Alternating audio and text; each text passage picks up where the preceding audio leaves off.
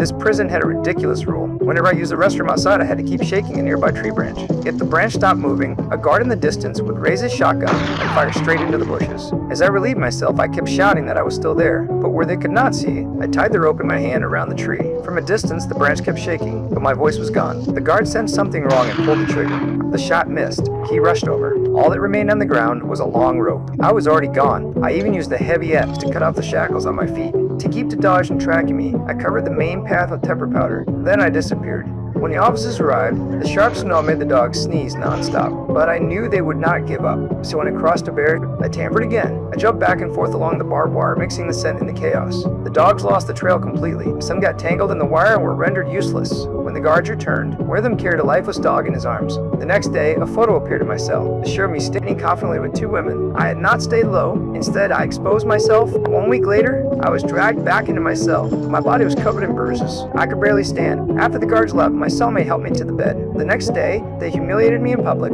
They ordered me to dig a pit. If I did not finish, I would not eat. As soon as I finished digging, another guard rushed over and demanded to know what I was doing. He ordered me to fill it back in. I did. Then the first guard returned and asked where the pit was. He wanted to know why I had filled it. I snapped and lunged forward. I knew they were toying with me. What I got was a brutal beating. I picked up the shovel again and kept digging. By midnight, the pit was there once more. Facing endless torment, I lowered my head. I said I would obey from now on. I said I would stop thinking about escape. My cellmates looked at me with disappointment. Back in the cell, no one spoke to me. When I fell, no one helped. They stared at me like I was a stranger. At meals, they took my food and left me hungry. From that day on, I began to change. I brought tea to the guards. I bowed my head and acted like a servant. My cellmates could not believe it. The man who never yielded had become obedient, but they did not know I had never given up. That night, a party was held in the yard. The music was deafening. I lay flat on the floor and began sawing to the boards.